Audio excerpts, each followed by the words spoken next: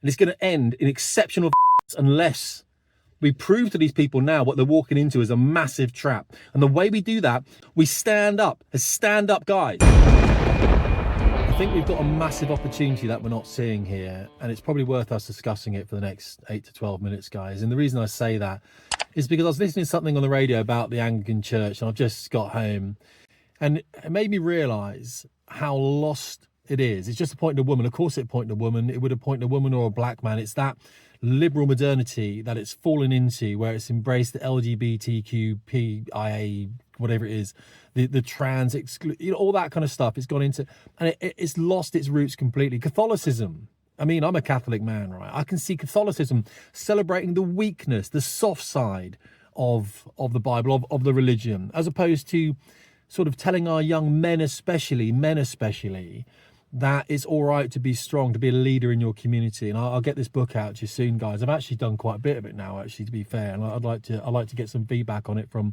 you at some point. You know, we're talking about fitness, family, finance, fuel and faith, aren't we? We're talking about how we can lead within our communities. And there's never a better time than now. I've always said, right, and I'll be real with you, because I get so much hate. And it gives me energy, really. The more hate I get, the more I realise that, well, if these people can be, if they think they can be so right, they can also be so wrong. And all I'm trying to do is saying that we need to be living a better life, a life that is more based around individual and personal leadership and responsibility and accountability and integrity. All these kind of things that people laugh at, those kind of words, but they actually mean something to men. You know what I mean? They mean something to women as well. But I think the man hasn't been celebrated, or the man has been ridiculed. They've been cast aside. They've been told they're toxic. It's a really interesting time. I've always said as well that, you know, I rally against Islam in an ideological governance form, because that's what it is, of course. And we've just seen Hamza Yousaf saying he's starting up something to try and help connect people in Islam, which are Islamists really, aren't they? Because they want to go into politics. He's trying to connect these people up. Scottish former First Minister, of course, a deplorable man in every sense.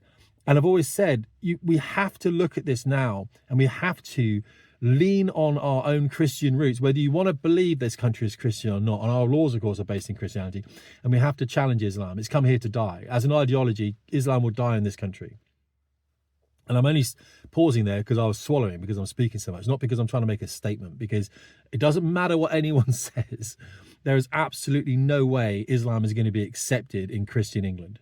That's the truth. And in Wales, Scotland, Ireland, we know that. People don't understand who we are, and they're going to find out who we are. It's almost, to be fair, it almost doesn't feel that the fight is a fair one.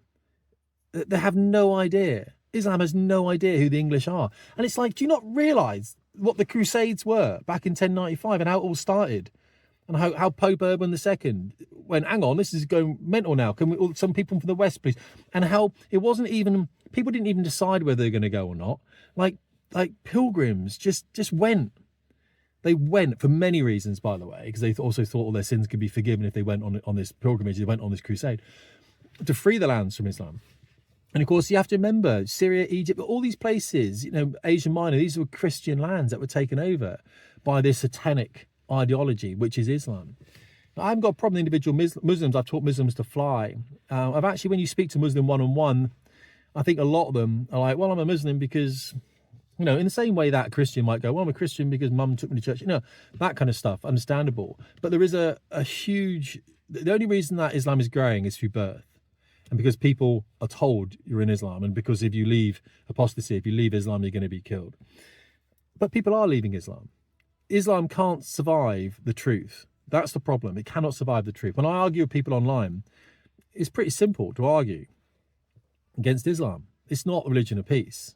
It's this decadent, derogatory, degenerate ideology. It has no good, especially in a country that has, say, Christianity. Now, the problem that we've got is people, the new Archbishop of Canterbury, all these people very woke, they're putting graffiti on churches to try and bring in a younger audience. They don't know what they want. They're lost, aren't they? This liberal modernity has failed. And of course, the Catholic Church will probably go through the same thing.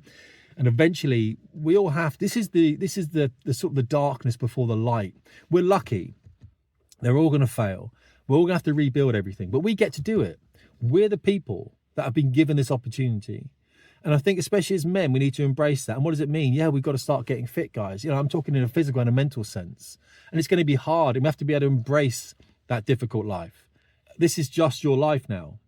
Unfortunately, you don't have to do this. You can be the guy that sides with all the women that I see, like, oh, yeah, life is all right. No, we should embrace more. We should do this. They don't realize that they're the advocates of their own demise. They don't realize what it means when people are going to knock on the door in the middle of the night, demanding. So they don't understand who's going to have to stand at that door. It's not going to be them. They're going to require protection. It's going to be you. So you have to be fit, both in mind and both in body. And what does that mean? Well, I'm 50 now.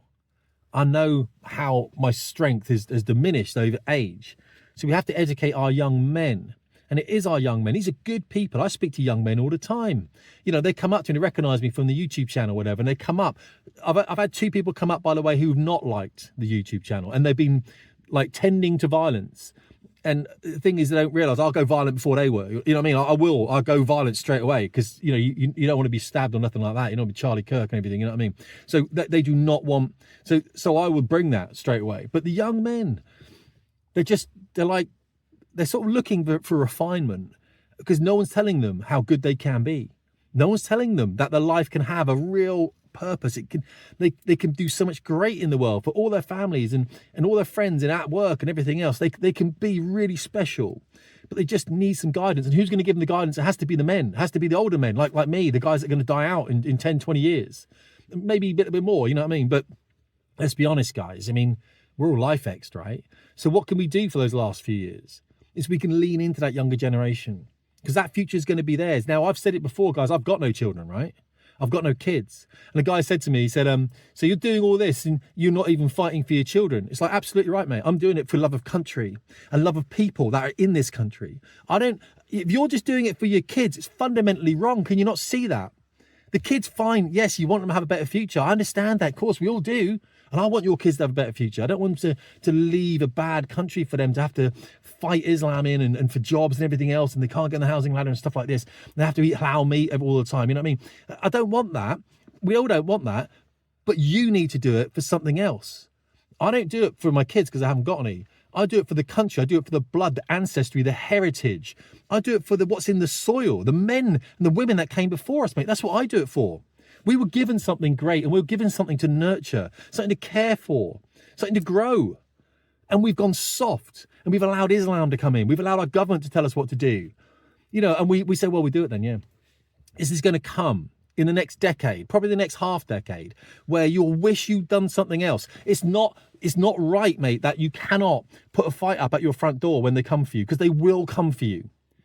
They will. I walk 3 times a week and I carry weight. And it's too much weight because I'm damaging my knees. I know I'm damaging my knees. My wife said to me, she goes, I know I can't stop you. I'm worried about your knees. I'm like, that's all right. I used to carry weight when I was young in something called the Cambrian Patrol, a British Army long-range reconnaissance patrolling competition. We got a couple of silvers when I was at university, and I missed the carrying of weight. So I have a weights vest. And then the weights vest is 20 kilograms. So I walk with that. But then I throw a 15-kilogram sandbag over my shoulder as well. I call that sandbag the dick because you can never keep it on your shoulder for longer than 3 minutes. It falls off. It's the dick. I walk for 5 miles 3 times a week with that weight on because I want to carry a burden so I know what it feels like to have to do work. We need to do work and we're not working. We're out there getting the check, getting the paycheck to buy the boat, to buy the car, to buy the, you know what I mean, to pay the mortgage. But we're not putting the work in on us. And that's where the work needs to be done, on us and the younger generation. This country's lost otherwise. And we've never lost this country before. Everyone that's come here has bounced off back into the sea. And now we've got people in here who are telling me that's their country, and it's not. It's my country and it's your country. And I'm not animated about it. Don't worry about it, because I know how it's going to end. And it's going to end in exceptional violence unless we prove to these people now what they're walking into is a massive trap. And the way we do that is we don't listen to their bullshit. We don't listen to the bullshit of the government either. We stand up as stand-up guys. That's what we need to do. We challenge things. I can show this thing at the airport where some Palestine, I'll just cut to that right now. Allahu Akbar! Allahu Akbar! Allahu Akbar! Free Palestine! Palestine to the sea! If you see this is an airport. Those calls precede terrorism acts. Your family's there. You need to challenge that in a physical sense. You need to get amongst that. Whenever you see it in the streets, we need to get amongst it. That's what the flags are up there for, guys. That's who we need to be. That's who we are. And unfortunately, we have to let the soft people go. They will talk a good game until the game comes to them. And now they look to you to solve it. And you need to have been walking with weight. You need to be lifting something, maybe doing a combat sport. But more importantly as well, you need to be safe within you. You need to spiritually be good. I'm not talking about faith in necessarily a religious sense, but you need to have made your peace with your family, because this may be in the next decade the end of you. And what have you left here?